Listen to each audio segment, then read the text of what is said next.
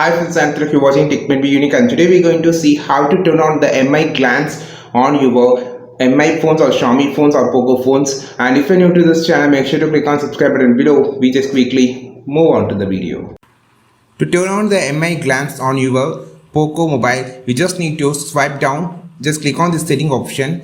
So this will be applied for the MI, Xiaomi, whatever the mobile you just use. So just swipe down. You will see an option called lock screen. Just click this, and here you will see an option called glance for MI. Just click on the glance for MI. So here you just need to turn on the MI glance. So after turning on, it will be appear on your lock screen. Just click on this glance image. Here you can choose the category, and in wallpaper mix you can just choose every second image, third image, fourth image, like that.